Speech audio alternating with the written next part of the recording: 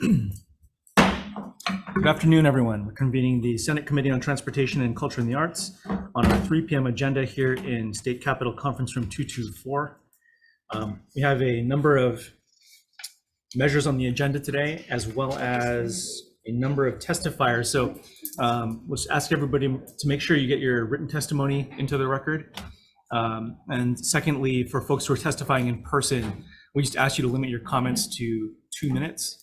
If we go beyond that, we'll cut you off just to make sure that everybody has an opportunity to say their piece. So that said, let's get into the agenda. Up first is Senate Bill 2039 relating to the motor vehicle rental industry, which repeals license recovery fees. And testifying first on 2039 is the American Car Rental Association. In opposition, Avis Budget Group. Good afternoon. Chair Lee, Vice Chair Inouye, Senator Elefante, Lori Lam on behalf of Avis Budget Group. We are in opposition to this bill. Hawaii actually is in line with 48 other states that allow for the recovery of government assessed vehicle fees.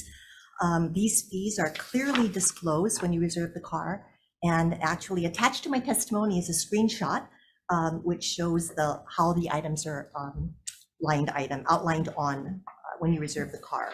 Also, vehicles are not rented every day. Approximately 20 to 25 days per month is the average due to maintenance and downtime, sometimes out of our control. So the methodology previously of prorating the vehicle license recovery fees at 1/365th of the annual vehicle license recovery fees resulted in a significant shortfall for us. Which is why the existing law is intended to capture and recover a fair amount of those government imposed fees. Thank you for the opportunity to testify. Thank you very much. Up next is Enterprise. Thank you. And lastly, Turo in opposition. That's all the testimony we have submitted this afternoon. Is there anyone else here wishing to testify in this measure? If not, any questions? Right, if not, let's move on to the next measure, SB 2680 relating to motor vehicle rental fees, which prohibits the charging of a fee for a lessee's spouse by a lessor under certain conditions. And testifying first is Avis. Good afternoon again. Good afternoon. Lori Lam on behalf of Avis Budget Group. We actually question the necessity for this bill because Avis Budget Group's policy is not to charge a fee for the lessee's spouse to be an additional driver. Thank you for the opportunity to testify. Thank you. Up next is Enterprise. Thank you. And that's all the testimony we have. Is there anyone else on this measure? Right, if not, any questions? Just real quick, I guess for Ms. Lum. I understand that's not the practice for Avis, but do you know if there's anybody else who does that? All the major rental car like Enterprise and Hertz, we all do not charge for the spouse, but I can't speak for every rental car company. Sure. Okay, thank you very much. Thank you. All right, if there's no further questions on this measure, let's move on to Senate Bill 2355 relating to vehicle titles, which allows a letter of attestation for the Director of Finance to act as an endorsed candidate for motor vehicle transfer. And testifying first is the City and County of Honolulu.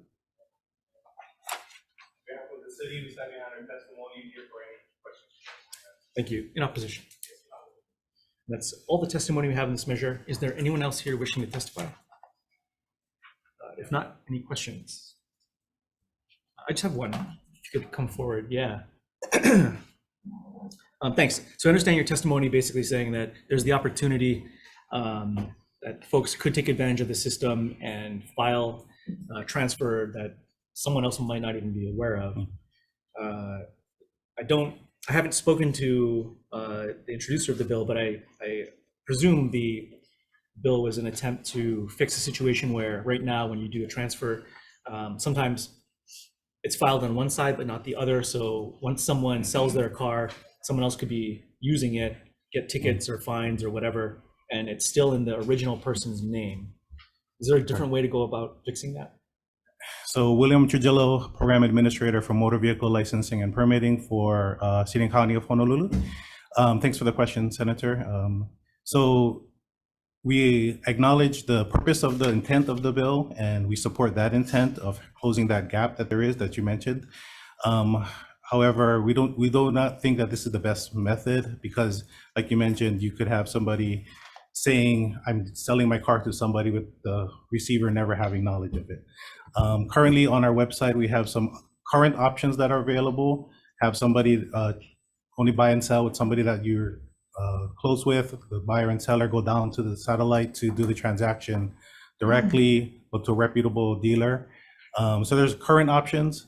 We'll be open to exploring different options moving forward of ways to, like you said, to close that gap that currently may exist. Sure. Yeah, if you guys might be available in the Sure. next couple of days, you're open to chatting. Yep. Can I add further to the discussion?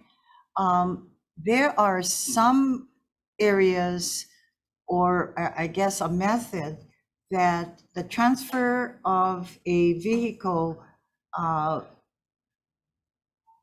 must be notarized, because I had to do one in order to change, the transfer of a vehicle to another. I did one for my son, and I had to do, we had to go to the notary in order for actually my son to go down and make the change. So, Vice Chair, was that in Hawaii? Was that yeah, transaction in Hawaii? just, Okay. and just recently. Okay. So that was kind of interesting. So maybe we should do that for all, that if there's a transfer or name change, that it be a notarized copy, because then that person would never have been able to go and make the change. We could, the city is open to look into different, like I said, different options to see what we could do to, like I said, close that gap that we currently have of buyer and seller. It is a two-step process. You need two people to do that, their role. And Sure. all you need is one person not But to. And we it becomes- probably need Sure. to do, whether it's a bill or whatever, but just go ahead and do what others are doing as well, but have it notarized. So you go down and you want to go get your change done, but if you don't have it notarized, you ain't gonna get it. Yeah, like I said, we'd be open to that discussion. Okay. Thank you. Okay, thank you. All right, if there's no further questions, let's move on to the next measure, SB 2348, relating to the photo red light imaging detector system, which provides that any red light system's clear and unobstructed recorded image of a motor vehicle license plate shall be prima facie evidence that the motor vehicle is the motor vehicle for which the license plate was issued, and does a whole bunch of other stuff. Testifying first on 2348 is the Department of Transportation. Sure, members, with DOT standing support. Thank you. Up next is Disability and Communications Access Board in support. That's all the written testimony we have. Is there anybody else wishing to testify in this measure this afternoon? All right, if not. Can we question the DOT? Mhm.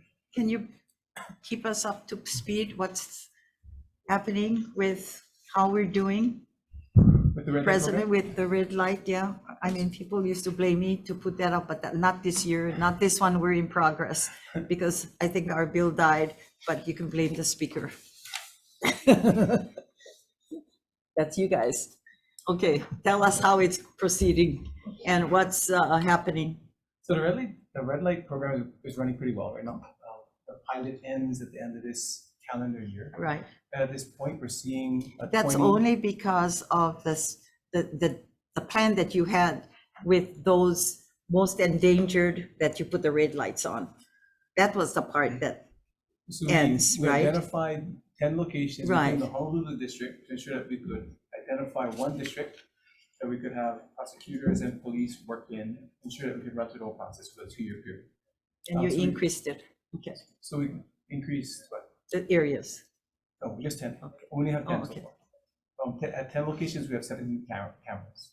At those 10 locations, we see reductions of red light running between 20 to 65%, Good. which is a good thing. We saw about 200 challenges of the red light citations. That's what we wanted to hear. And of those 200, they're a very small percentage of the numbers of citations that were issued. Of the 200 challenges, there were several that were upheld because the owner cited that the vehicle was transferred already, but the transfer process was in process So they were still registered as UF. So those were thrown out. There were others where vehicles were stolen. So the owner was not the owner of the vehicle or didn't have the vehicle at the time. And there's a couple of cases where the judge threw it out because the person indicated they were not the driver. And of course, clearly that's against what the legislation had said. So there's discussions that we're having with judiciary to ensure that we clean those up. But overall, we're very happy with the way the program is working. Okay. Goodbye, red light cameras. Okay. Good Okay. job. Up next, let's see. Any other questions on that measure? If not, thank you. Moving on to Senate Bill 2806 relating to vehicles, allows ATVs to drive on streets with a posted speed limit of not more than 45 miles per hour and makes other similar changes. Testifying first on 2806 is DOT. That's different DOT. We submitted testimony in opposition to the bill as written. Since then, I've been speaking with the introducer to understand what the intent of this bill was. It was very clear that we focused specifically on helping farmers who are working their lands get between their fields. And right now, in general, it's happening already. So what we'd like to do, if it's okay with you, Chair, is have additional more time to work with the introducer to see if we can come to agreement on a bill that would actually work. Thank you. Question. You know, we already have a bill to do that. We worked on something years ago with the farmers going from one lot to another. Don't we have something in statute already? These vehicles are not covered under the Farm Bill. So one Oh, of the, this is all terrain. yeah, so one of the discussions Yeah. that we're having is if we can classify these As under- agriculture use That's or correct. not. Correct. As written, this allows any ATV to be used anywhere on the neighbor islands, and that clearly, from our perspective, would be unsafe. So if it's okay with you, Chair, and then the committee, we'd love to have a little bit more time to discuss this. Thanks. Thank you. Thanks. And we did have one more testifier, Victor Ramos, in support. That was all the testimony we have. Is there anyone else wishing to testify on this measure? Anyone else with ATVs in the room? Okay, moving on. Up next is Senate Bill 2630 relating to pedestrians, which authorizes pedestrians to act contrary to the statewide traffic code when a reasonably careful pedestrian would determine that there's no immediate danger of a collision with a moving vehicle. And testifying first on 2630 is the Department of Transportation. Thanks, Chair. DOT stands in opposition.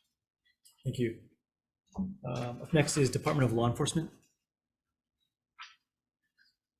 In opposition, Is somebody on the Zoom? Department of Health. He's on Zoom.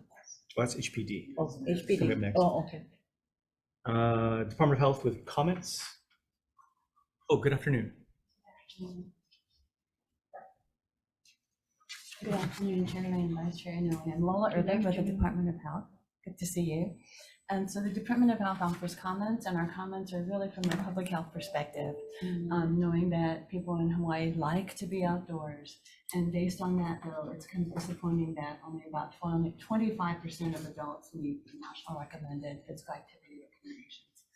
We also recognize that the way the environment is designed either hinders or actually then provides the opportunity for physical activity. And so we offer comments in terms of what this bill could possibly do then for pedestrians, using their common sense approach to be able to use the streets, to be able to get to the bus stop and to be able to get to those points of destination more quickly. So thank you for the opportunity to provide comments. And we Thank do you. defer to the Department of Transportation on their position as the lead agency. Thank you. Thank you. Up next, Honolulu Police Department. Oh, you're muted. Sorry, good afternoon. Major Stason Tanaka from HPD's Traffic Division. We stand on our written testimony in opposition to the bill, and I'll be here for questioning if needed. Thank you. Up next, Councilmember Addison Bulason from the Kauai County Council in support. Grassroots Institute of Hawaii in support. Hawaii Appleseed Center for Law and Economic Justice. Oh, good afternoon.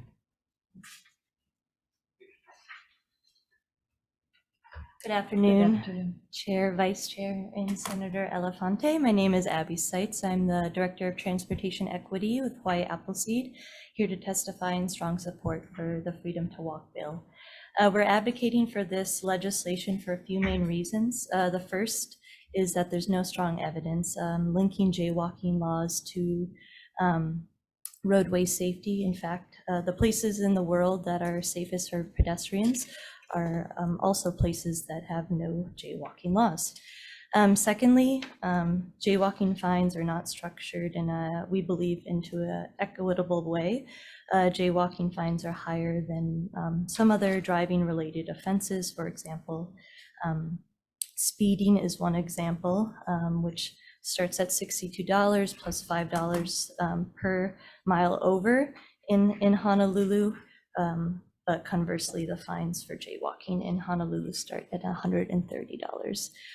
Thirdly, jaywalking laws have been found to be unevenly enforced. In nearly every place that they've been studied, jaywalking tickets have been disproportionately given to Black and brown pedestrians. And lastly, the most effective and data-driven way to improve roadway safety for both pedestrians, drivers, and everyone that uses the road is to build infrastructure that slows vehicles, increases visibility of pedestrians, and physically separates pedestrians and vehicles. We believe the Freedom to Walk bill is the first step in shifting our resources away from pedestrian enforcement and towards safe, accessible infrastructure. Mahalo again for hearing this bill and the opportunity to testify. Thank you. Thank you. Up next is the Hawaii Bicycling League in support, Hawaii Public Health Institute in support, Our Revolution Hawaii in support, an additional 8 individuals in support and 1 with comments. Is there anyone else in the room wishing to testify in this measure? Okay. If not, are there any questions? The police department on Zoom. IT, hi. Hi. I have some comments to make, and this is probably a concerning that is related to this measure as well. A couple of years ago, there was a walk, whatever they call it, a parade of teachers.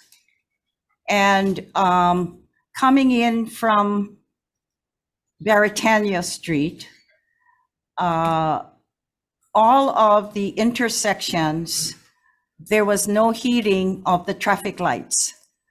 And they just kept on walking. The traffic was unbelievably long. Some of us, I was on my way to the Capitol and I knew that time was running and I would not make my session. And so there were some cars that were trying to make a left turn. Traffic lights, of course, was on the path of the driver, so he can proceed, but he wanted to make like left turns onto Punch Bowl. And it was unbelievably uncontrolled. There were police officers on Baritania, I would say South Street and beyond when you come up. Anyway, there were PD officers around, but nobody stopped the traffic. I mean, I guess all the walkers. I mean, there were quite a bit. That was one of the largest walking, and I don't know if they were on strike or whatever, but it kind of got, people were honking horns. I'm sure they were trying to get to probably the hospital and as such. So, but I had spoken with PD as well, but nobody had an answer because they didn't know whether they could stop them or not. But they just allowed, them going over into the other part of the block, and the lights were on, vehicles were traveling. So similarly, if this bill passes, then that would continue and allow them to do that, right? Well, listening to what you Because said, you would have no control, in other words. Well, in the situation you're talking about, one question I would ask is, was this like a planned event where there's a It was a planned event. There was no notice of all of us who were probably stuck in traffic for as long as they were. But, you know, if the notice was not an immediate notice. I mean, it was an immediate notice. It wasn't something that was planned like weeks ago where people knew that don't go to that particular area at that particular time. So the bill does say, right, like if the pedestrian uses reasonable caution, right, to cross the roadway, then it would be okay. The reason why we are opposing it is I'm just going to read you statistics, okay? These are fatalities involving pedestrians. So I'm going to go back to 2021. In 2021, we had 17 pedestrian fatalities, and of those 17 fatalities, 12 pedestrians were not in a marked crosswalk. So 2022, we had 16 pedestrian fatalities, and of those 16, 13 were not in a marked crosswalk. And last year, we had 11 fatalities, pedestrians, and of those 11, 9 were not in a marked crosswalk. So I'm just going by what we see on the investigative side, as far as, you know, what we would look at as being dangerous. Also, I don't think it's safe to have pedestrians crossing where vehicles may not be expecting these pedestrians to be crossing. And so, you know, those are some concerns that we have also. And that's what I'm raising, because it seems like you folks were not in control. And so when you have massive, you know, walkathons during working hours, and this was in the morning. And so perhaps if there's notices, I hope maybe sometime in the near future that all those who are planning walkouts, you know, I participate in some, but I think we all understand that when traffic lights are on, that you stop. But they just kept on going. And unfortunately, it was very dangerous, because some of the cars that we're trying to get from Baratania on making a Mackay left turn on Punch Bowl, you know, we're trying to go through, and some were actually literally trying to go through those teachers, but they kept on walking. And so we hope that somehow there's some controls that you folks have to put out, maybe with Police Chief Logan and the rest of all of you come up with something, and that this will not be permitted. And if there's any of those massive walkouts, that it be controlled. Just to let you know that here on Honolulu, I mean, when you get stuck in the massive, I felt sorry for everyone who was sitting in cars. And I think we probably just made it to session.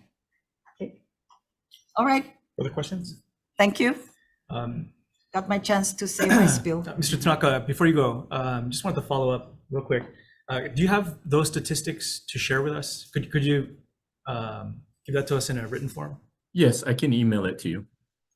Thanks. And then also on top of that, you know, I think part of what the other testifiers were getting at in other places was, I think, the equity between different communities and different folks in those communities being the subject of enforcement, using this as sort of the tool for that. Do you guys have a breakdown of, I guess, beyond that, of the situations that if you're talking about the demographics of Yeah. applications, to my knowledge, we don't.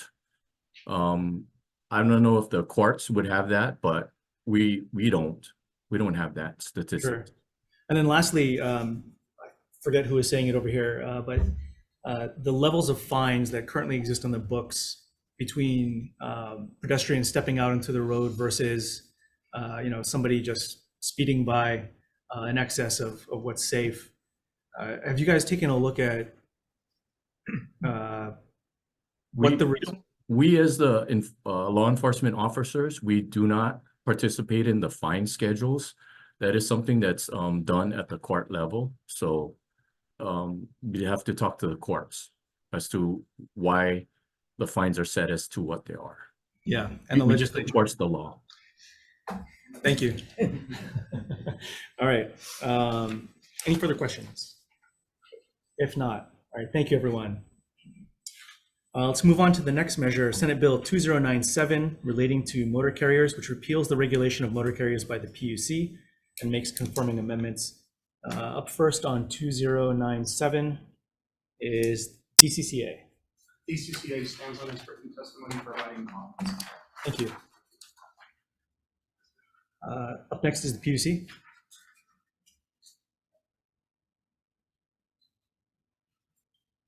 Good afternoon. Chair, Vice Chair, Senator Alfate, Leo Sanchez, Chair of the Public Utilities Commission. We'll stand on a written testimony providing comments, but I did want to point out one important amendment that we'd like to see. Currently, on page 23, line 17 to page 24, line 1, it repeals the definition of enforcement officer in section 269(1). I'd like to point out that those enforcement officers not only help us to make sure that motor carriers are in compliance, but also all the other public utilities that we regulate. So such as electric utilities, right, the water carriers, private water, wastewater, to make sure that they're in compliance as well. So we would like to retain that language for us to have enforcement officers rather than repeal it. Thank you. And available for any questions. Thank you. Up next is Aloha Trucking. In opposition, BNC Trucking Company. Good afternoon.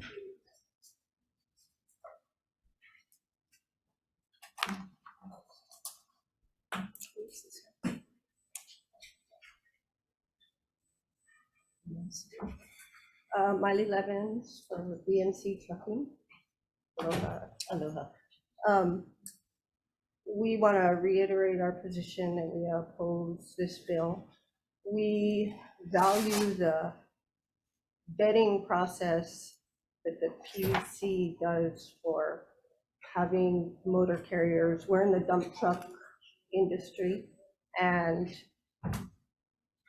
there would be safety concerns if anybody could just start a trucking company without going through the process of submitting their financials, having a plan to operate, and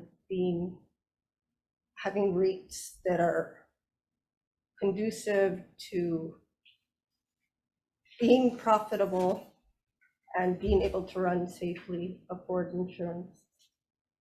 And they also check that insurance is on file. And that's all I want to say. So thank you very much for the opportunity to testify. Thank you.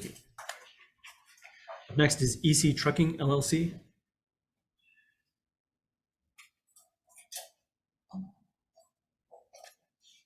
Good afternoon.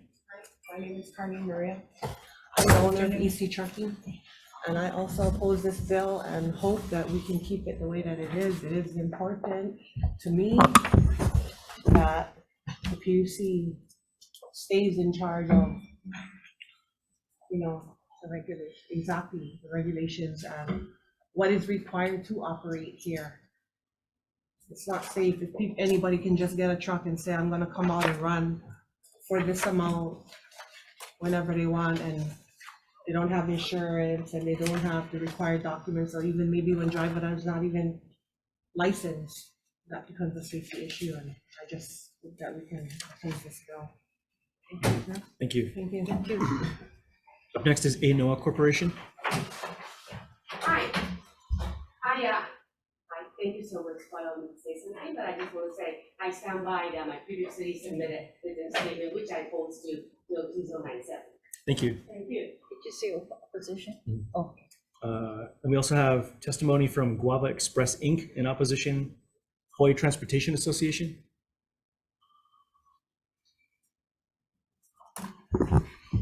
Good afternoon. Hi, good afternoon. Afternoon, Chair Lee, Vice Chair Inoue, Senators Elefante and Ravella.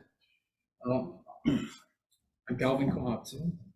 I'm the new Managing Director of Hawaii Transportation Association. So be nice, today is my first day officially. My Yesterday, condolences. the previous guy retired. That was his last day yesterday. And HTA submitted written testimony in opposition to SB 2097 with regards to deregulation of motor carriers. And I'll be available for questions. Thank you. Thank you. Thank you. Testifying next is Moniz Trucking LLC in opposition. Oahu Equipment Services LLC. Good afternoon.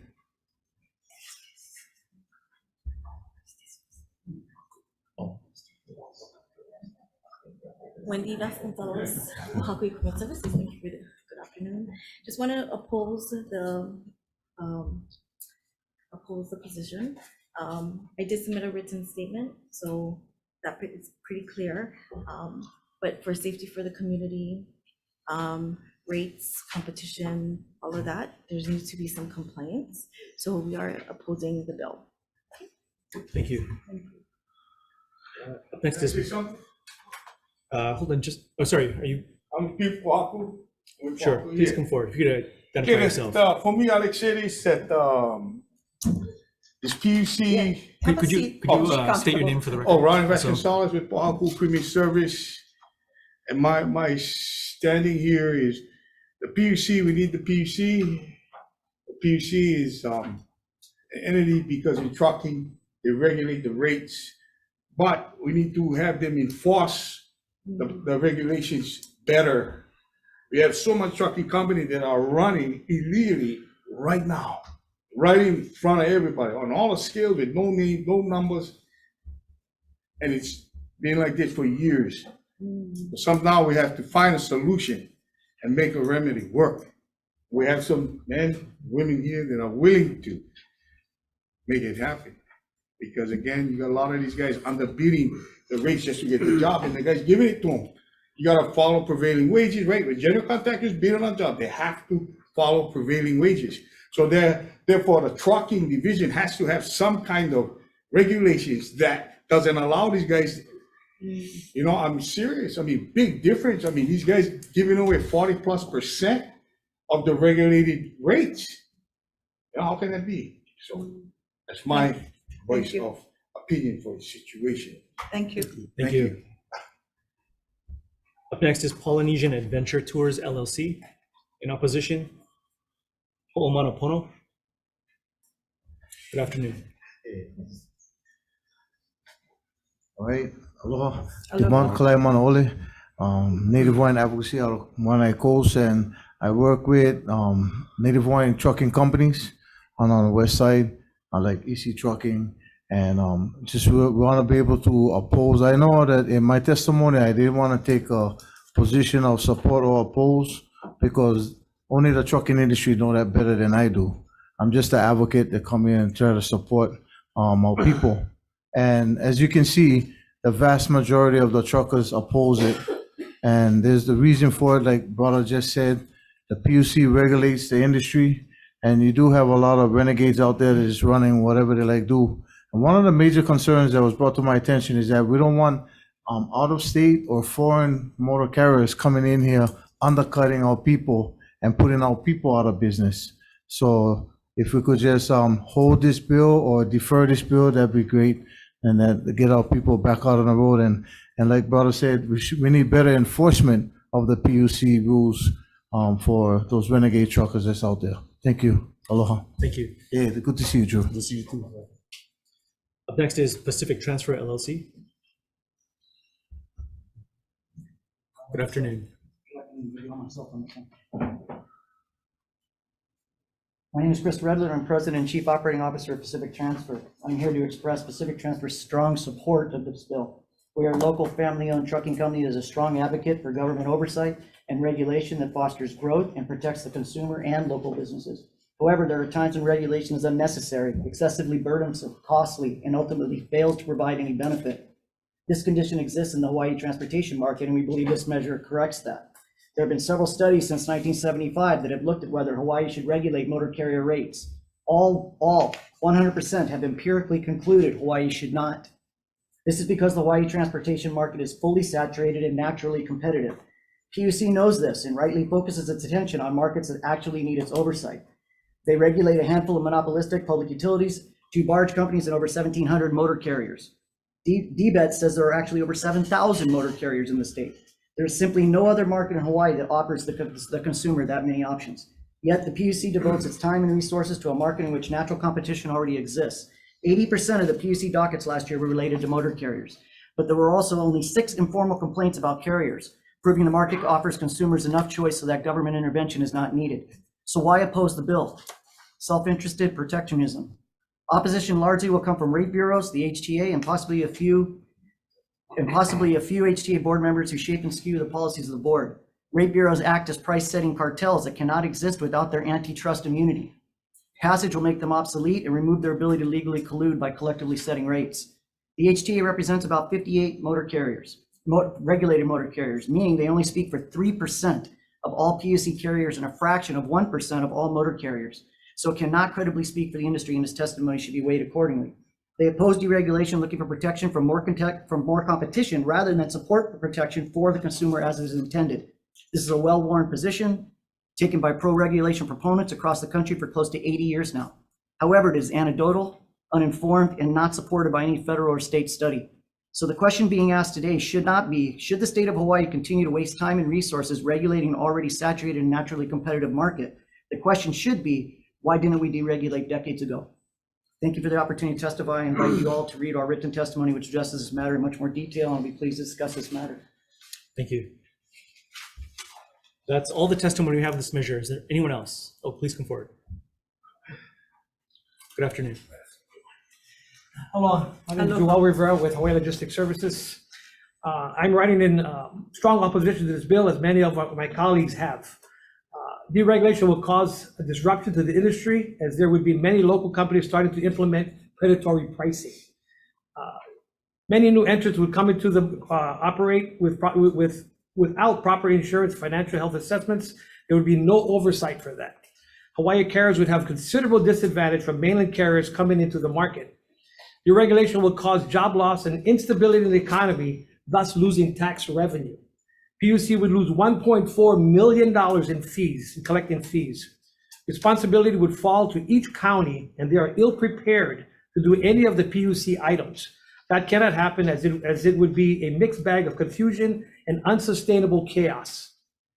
What will this do to the financial market if truckers or tour buses go out of business and cannot pay for equipment? What happens to the supply chain? The financial and insurance markets will be affected. What about tourism? Have we truly thought this through? I don't think so. There are too many variables and questions that cannot be answered. Deregulation is reckless and not thought out. This bill is reckless and not thought out. I want to address, which maybe I shouldn't, SB 322, that is the solution to the PUC issue. Some may think that the PUC is archaic and is not enforcing any rules. Do not throw the baby out with the bathwater. The solution to this issue is to support and pass SB 3220. Hawaii never allowed deregulation because Dan Inouye House exempted Hawaii at the time. We understood the ramifications and potential damage to the island state should there be any deregulation. In closing, I want to say that once the genie is out of the bottle, there is no turning back. We will never get back what we had, and many businesses will close. The solution is SB 3220, and I hope everyone will see the long-term benefit to that. Thank you for your time. Aloha. Thank you very much. Oh, sir. Oh, sorry. With the next gentleman standing up here. Sir. Good afternoon, everybody. Good afternoon. I'm Junior Robello. I'm with Vice President of Operations for DHX. And we stand in opposition of the bill. We have written testimony we submitted, we stand by that. But really, we're going to have a conversation. Just a few of you, if you don't know your history, you ever heard the phrase, you're destined to repeat it? The trucking industry nationally was regulated before. And what happened is they deregulated back in '78 and in the '80s. And what we have now is the global supply chain is what came from that. And from that, you had now the big pockets and the big entities that came in and started the Walmarts and the Amazons of what you see now, being able to control the price. Our concern is that it can happen to Hawaii. We're in the middle of the Pacific. There is no recourse as to what we can do. If you have opened the doors for national carriers to come in, that could happen to us, where someone comes in, you have a bigger dog on the porch, and eventually they can push the smaller companies out by going into a predatory price war. The other example I want to use for you guys was the airline industries. And you only got to go back and look, and for some of you that can remember the Pan Am, the Braniffs, Pacific Northwest, Western, the parrot sitting on the tail of the airplane. I don't know if you guys are old enough to remember that commercial, but they're all gone.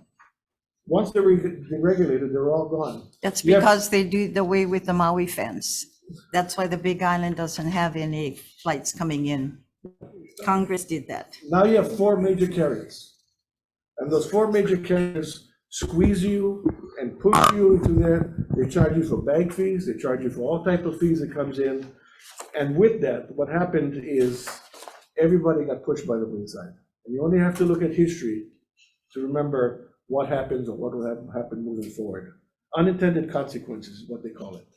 When you think that you're doing good and the consequences that you didn't foresee comes with it. So I'm asking that you guys take a look at that, remember history or research history, what comes from that. Don't put us like the airline industries where you get to a point where you can't afford to live in Hawaii anymore. Okay? Thank you very much. Thank you. Is there anyone else here wishing to testify in this measure?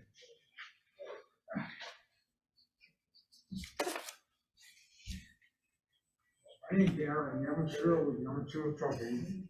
I was volunteered to come up here and talk to you. But I truly do not approve of this, what do you call it, deregulation. And I think if you all look at it, we survived by they saying we are one of the most expensive companies in Honolulu.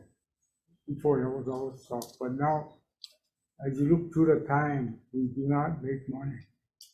The cost of the operations and everything is there, and we cannot afford to lose any money that we're not making right now. And to deregulate and let people come in and let people, I mean, I'm not against anybody coming in here, but to come in with the same thing that we have a certain rate is set that everybody has to compete with. Not somebody can come in there and cut the rate in half and then knock out all the small guys, and then in return they take over the rates and they can push it up later on. But the bad part about it, like I said, is you let the wrong people in, they're going to make it harder for everybody else to survive. That's the biggest problem everybody's having right now. Even right now, I don't know about you folks, but we're suffering. Trucking is suffering because you got these, what do you call that company, Snapshot, you see them on TV, you go all over the United States, make $25, $100, whatever. And the big companies are all parking their trucks so they can't afford to compete with these guys. And people say, yeah, we're all making money.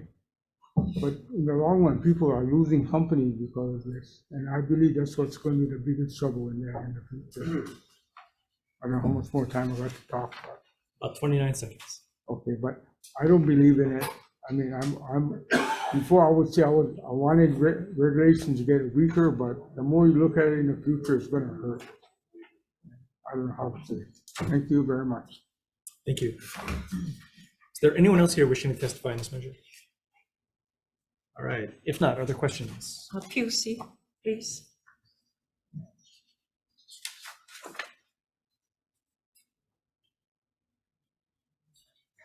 You know, I'm reading the language in this bill, but it seems like it was deregulation only on the passenger area, taxi cabs. And are we on the same measure, 2097, right? So if you look at it, it's more on providing, all of this has carriers that provide passengers, and it seems like it's all on the vehicles that are transporting. How do you see this? I can see where you're objecting to Section 5 because I agree with you on bringing back the enforcement officer. I think if you look at. But where Senator- does it affect, everybody else? Thanks. I think in the construct of the bill, as I read it, right, Section 1 starts to define both transportation of persons and Yeah. transportation of property, Okay. right? And that's where you start to get, right? Clearly, if it's transportation per property, those are like your tour companies, right, that transport people from here to here. And deliveries. But it's the property one, right? That starts to look at everything else that might be carried by a vehicle. Oh, okay. Because when you look at it, most of it pertains to the transportation of passengers. So I think this is a taxi cab bill, but there's all these other languages. The bill is big. That's why I wanted to clarify to make sure that we understand what we're looking at and how it affects, those that are here. So it would affect them as well. It would affect them, and as I understand the bill, on my read, right, it starts to, as some of the testifiers have mentioned, right, moves the regulatory framework of this to each county, individual county. Yeah. Right. Right. We understand the concerns on that. I can't speak for the counties. Sure. But yeah, you might get into a situation where you have different regulations in each county. So how does that affect, like, say, a statewide, transportation company that's moving people and commerce, right? If you have that, right, they have to abide by 4 different kinds. So I think, another testifier mentioned Senate Bill 3220, right, which is another one that quote unquote deregulates it, but moves it to the Department of Transportation to be more of a statewide kind of consistent overall the counties. And I haven't had the chance to discuss with Director Sniffen yet on that bill, but that's one where, right, it's an alternative to this. So this measure actually includes everybody who does the transportation system in trucking. Well, whoever is under the regulation of the PUC. Okay. Okay. Though, do you regulate motor vehicles, not the truckers, with carrying passengers down to, as an example, on my island, Waipio Valley and Mauna Kea? Yes, we do. Okay. And there, I know, right, there's been situations where the county has either closed off or things like that. So we do work with those particular companies. They come to us. Now, I'll say, when we say all trucking companies, right, you have to also remember that we provide a certificate of, sort of like a certificate of operation, right? Those are the ones we regulate, right? They have to come in and get the certificate. And yes, I would agree with some of the other folks, right? There are some, if you want to call them renegade, whatever companies that are out there, right? We've had to deal with a couple of them. And it is very difficult to regulate or enforce any type of our regulations upon those that do not have the certificate. So instead of, to add to the certification process, because the certification you leave in your compartment in your truck or at home in the office. How about identification of a sticker that identifies these truckers who are there illegally and doing the job that others are all doing, but you can't, I guess, enforce it because you really don't know if they have certified, if they've been certified. So I guess no different than the issue we're having in state parks, where we have some of those boaters now that are transporting people, and DoCare can't identify them because some don't have the permits. So we're saying, you know what, put a sticker on every rafter, every boat that transport people, so DoCare can see from the ocean, when they're on the beach, that they can identify. And I think it should happen with all the truckers as well. Now, I know Big Island, we have many truckers and new truckers I see, and congratulations, but those big trucks are really nice, brand new, but we don't know if they're legal or not. But there's many that now transport water, because we're in droughts, so many are transporting water, and we don't know if they're even certified. And here for health and safety, where are they getting the waters from to put into their trucks to deliver? Like I buy water for our volcano home that has, tanks that need to be filled, but you really don't know if they're legal or not. So I think perhaps you have to do a sticker so they can be. We actually, You do. When those who provide, who receive a certificate from us, Have a sticker. they're required to put a PUC number on all of their vehicles. Okay, but Right, now so with your then- enforcement officer, if they're saying that there's all these truckers out there doing business, why aren't they getting caught? Well, that's the part, right? That's the Okay. that's the How crux many of the matter. How many officers, now, do you also participate, does the PD also participate in regulating? It doesn't matter for them. It doesn't matter Okay, for how them. many enforcement officers, one second, how many officers you have? I have 3 enforcement officers. And are they statewide or only Oahu? At the moment, it's the 2 that we have. One is vacant. We're about to hire someone. I believe they're all on Oahu. Well, Oahu is a big place, so, and a lot of traffic. Okay, Can we, yes. shift and then I'll come back to you? Yeah, Okay. I'll defer my questions later, but anyway, no more money in this bill for enforcements. Correct. Okay. Senator Elefante, followed by Senator. Yeah, yes. Thank you, Chair Sanchin. So in your testimony, you mentioned that you would have a loss of 1.7 million. Correct. That's based on the amount of fees that we receive from those who have certificates. I believe it's fiscal year 23. So that would be if this bill were to pass, you would lose that. We would start to lose that. Right. Now, in your recollection, are there any counties that have already started to do regulation in this field? Not specifically on what we do as far as the commission. Of course, there are other regulations that, right, motor vehicles have to abide by, county law, and the like. So that part is with them versus with the PUC, right? We're looking at whether or not they're certified. And like some of the testifiers said, the main thing that we do is make sure that the tariffs, right, and the rates that are being charged for the services, right, are all in line, that we do not have, someone like way out there, either undercutting or the like. But again, right, we're looking at those who have the certificate with us. Understood. Thank you. Thank you, Chair. Senator Vivell.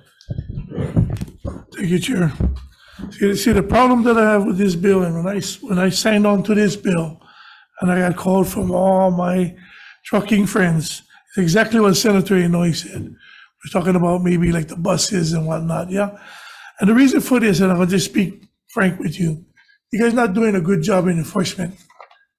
And when I signed on to this bill, was that thinking in mind when I talked to my trucker friends, exactly what they said. So when I signed on to the bill, I didn't go ask them, or was they manao? I signed on them because thinking if you guys are out of the picture, it'll make it easier for them. But then they told me that was wrong. Even though they're not happy how PUC is running and enforcing, they cannot have this bill because, again, not because we don't want competition, but we don't want competition coming here and doing whatever they like. And there's no regulation. So regulation is better than no regulation. But my thing to you is that I don't know what you need more to catch these guys, because I know who the trucking company is. Just go on the website. You can find them. So they are breaking the rules, and these guys are breaking the okole and going forward. So the question is, are you guys going to try, now you guys knowing how everybody feel, including myself, in going forward and trying to do better in doing this in kind of enforcement? And then if you need more money, ask him to make a bill or a resolution to add you guys some more money to get more enforcement. Because you think, is that the problem? You guys don't have enough people to enforce? I think it is the problem of not having enough staff, and including if it's a statewide matter. I will say that the section that runs it, right, there's other people in that section, right, including representatives, PUC, what we call PUC representatives in each of the counties, right? So, right, but that's still not enough, right? Even if I pull all my enforcement officers and tell them, go to the Big Island for 1 week, right? And then we get our other 2 guys that are on the Big Island, right, who are our PUC representatives. So that's 5 guys going out. Now, we can certainly add positions. I will say that is going to be kind of like a touchy situation, especially given this year, right? There's not enough money to go around and the like.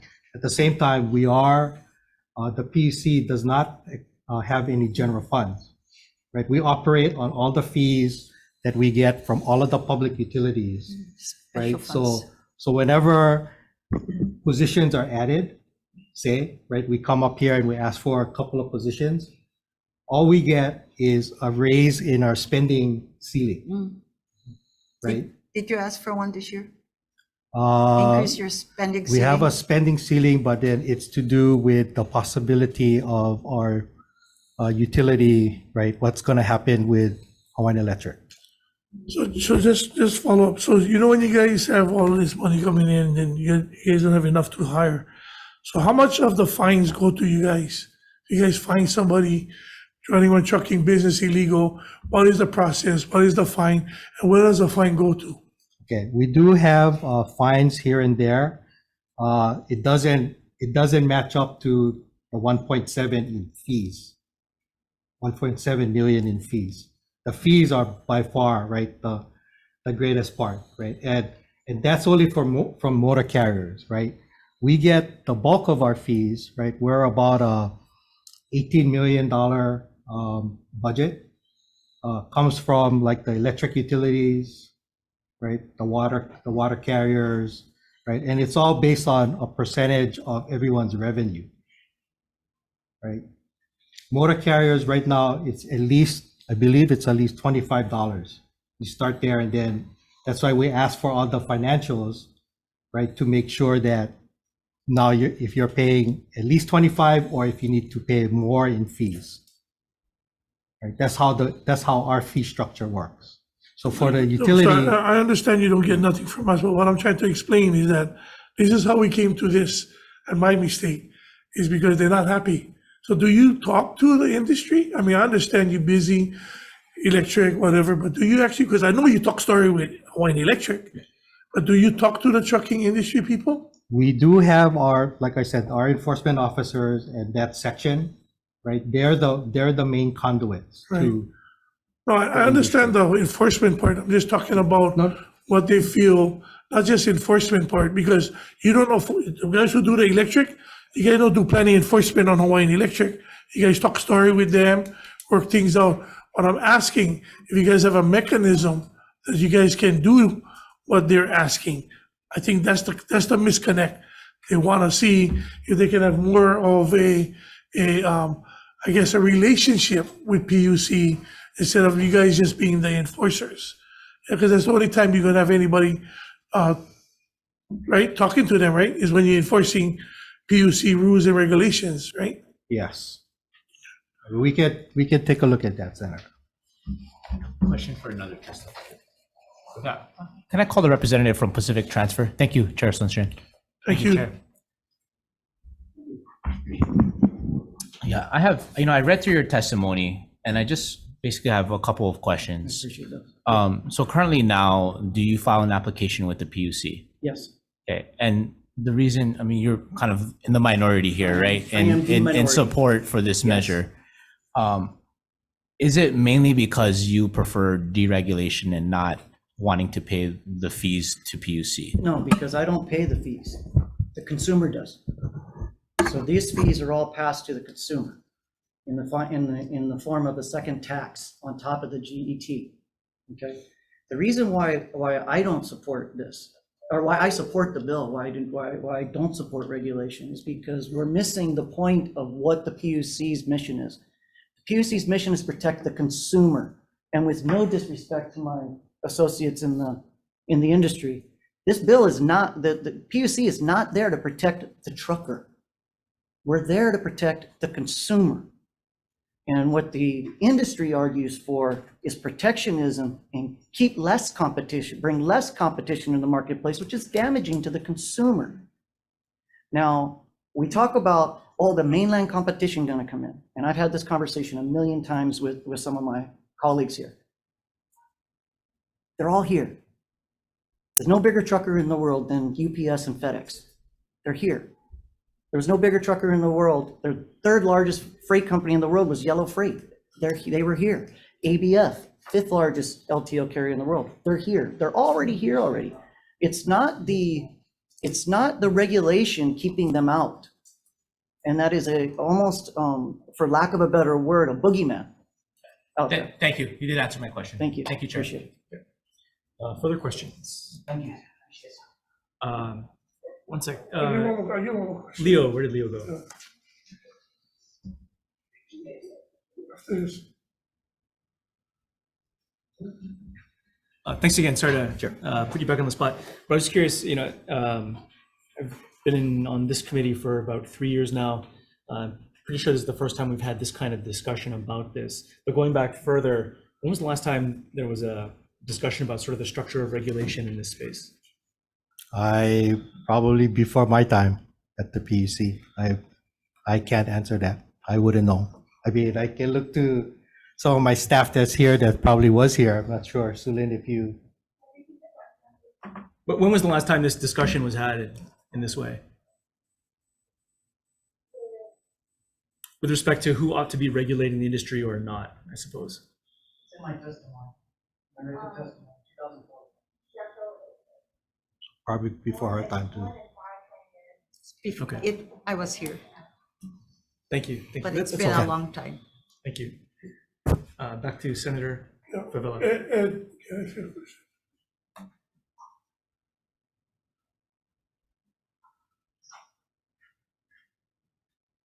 My name is Edward Maria. Hold on. I got a question for you. I know I should have called you guys. Oh, sorry. I knew I should have called you guys, but again, like with Senator Inouye, I thought it was a regulation. I mean, I said of, like property.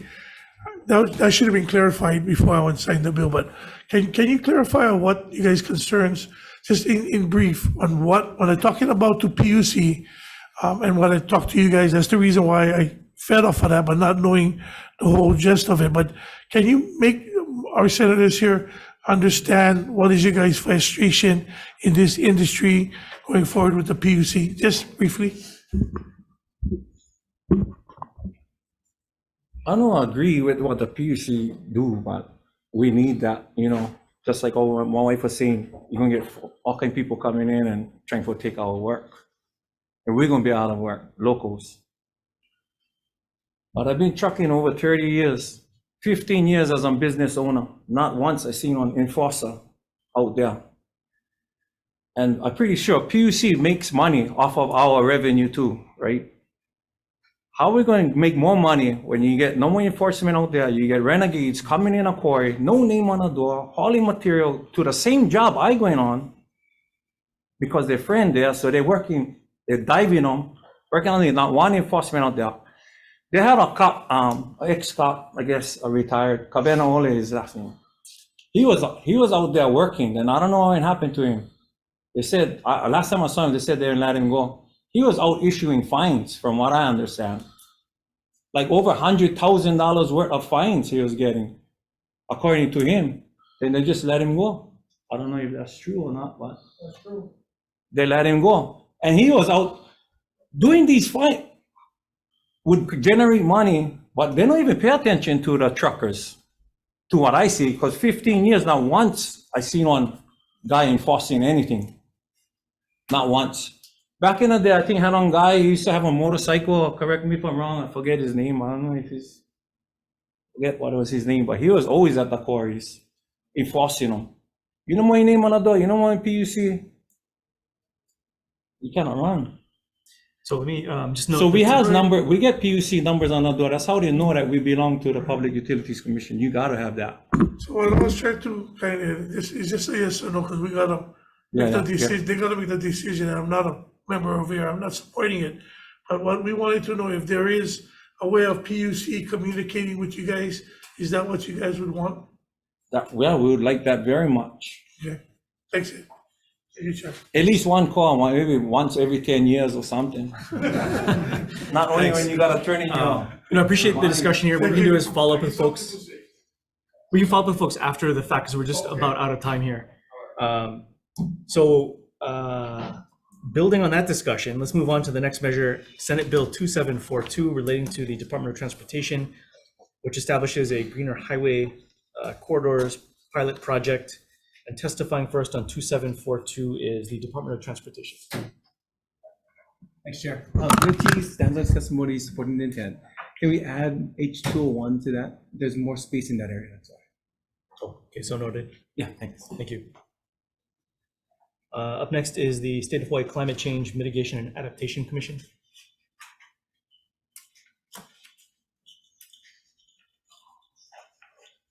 Madam Chair, Vice Chair, members of the committee, my apologies in my late testimony, but we just wanted to share, because I don't think you folks might have had a chance to look at it, the importance of green infrastructure and addressing climate change.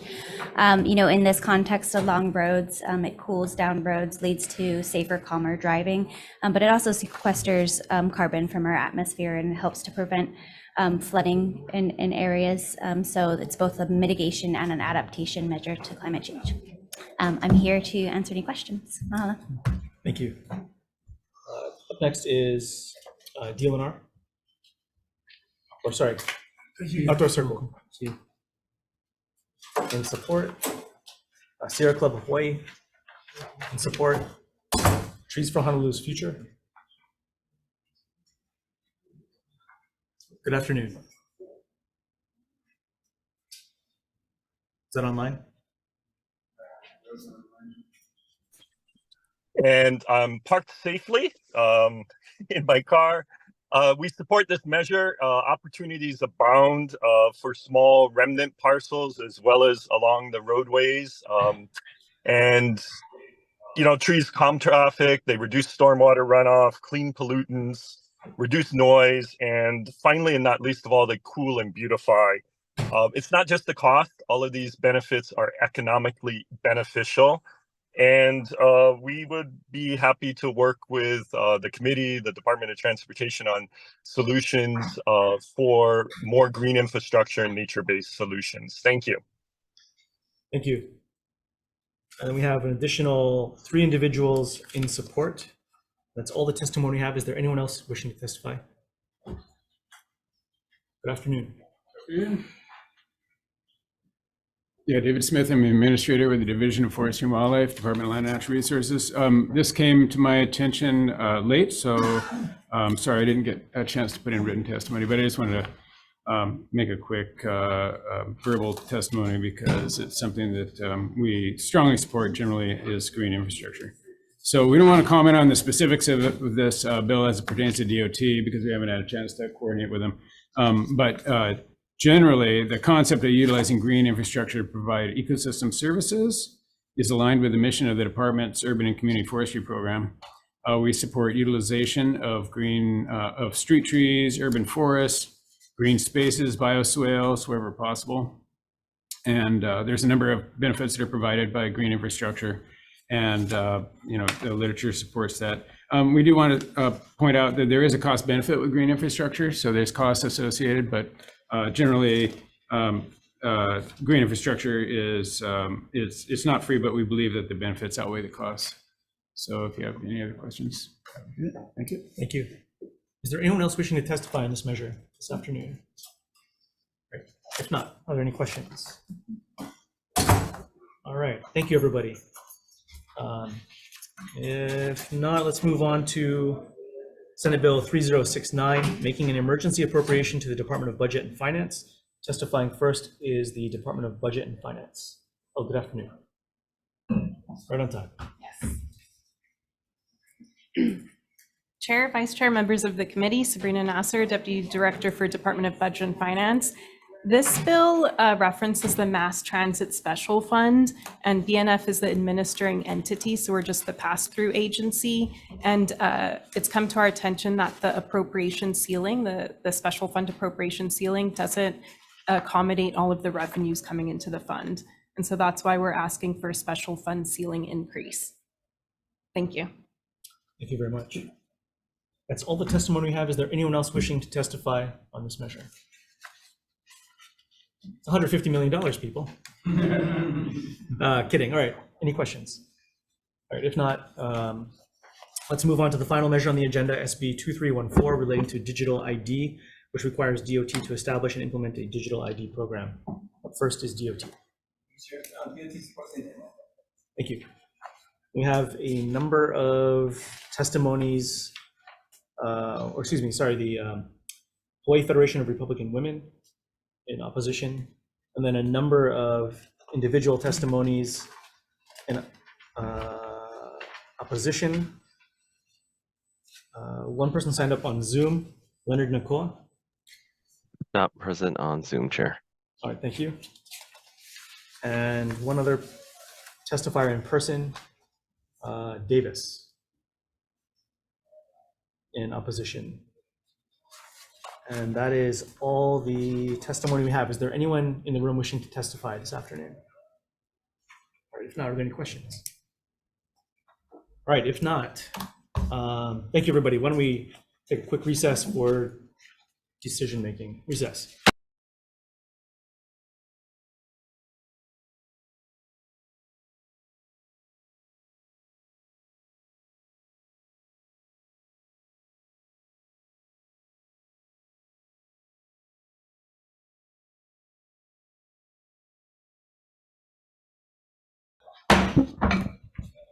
Good afternoon. We're reconvening the Senate Committee on Transportation and Culture and the Arts for decision-making on our 3 p.m. agenda here in State Capitol Conference Room 224. Up first is Senate Bill 2039 relating to the motor vehicle rental industry. Appreciate the comments from everybody. We'd like to defer this measure for decision-making to Tuesday, February 6th at 3:05 p.m. here in this room, 224. I'll give us some time to chat with various stakeholders and whatnot. And that'll be the case for a handful of the bills on the agenda today. Up next is Senate Bill 2680 relating to motor vehicle rental fees. I'll note that the rental car companies noted they weren't doing this, and it shouldn't ultimately affect them, but just to be sure, this goes on to the Consumer Protection Committee, so we'd like to move it there to give everybody a chance to weigh in. So recommendation is to pass as is. Any questions? If not, Vice Chair. Chair's recommendation on SB 2680 is to pass unamended. Chair Lee. Aye. Okay, Vice Chair goes aye. Senator Elefante. Aye. Senator Kanuha. Aye. Senator Awa. Aye. Measure is adopted with 5 votes, Mr. Chair. Thank you. Next measure 2355 relating to vehicle titles. Again, we'd like a chance to chat with the counties and see if we can come up with something that addresses, I think, the initial intent of the measure. So we'll defer this again till Tuesday, February 6th at 3:05 p.m. here in this room. And moving on to Senate Bill 2348 relating to the photo red light imaging detector system. Note that this does need some technical amendments, so we'd like to move this forward with just technical amendments. Any comments? Chair's recommendation on SB 2348 is to pass with amendments. Chair Lee. Aye. Vice Chair goes aye. Senator Elefante. Aye. Senator Kanuha. Aye. Senator Owa. No. Measure is adopted with 4 votes, Thank you. Mr. Chair. Moving on to Senate Bill 2806 relating to vehicles. And we'll also, at the same time, note Senate Bills 2630 relating to pedestrians, Senate Bill 2097 relating to motor carriers, and Senate Bill 2742 relating to the Department of Transportation.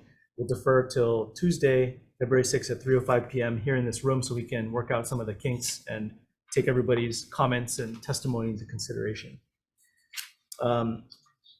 Senate Bill 3069, making an emergency appropriation to the Department of Budget and Finance. Recommendation to pass as is. Any comments? If not, Vice Chair. Okay. Chair's recommendation on SB 3069 is to pass unamended. By Chair Lee. Aye. Vice Chair goes aye. Senator Elefante. Aye. Senator Kanuha. Aye. Senator Owa. Aye. Measure is adopted with 5 votes, Mr. Chair. Thank you. And lastly, SB 2314 relating to digital identification. I think I appreciate the intent of this measure and the discussion that's had, but we'll defer this measure for this time. And with that, we are adjourned. Thank you, everybody.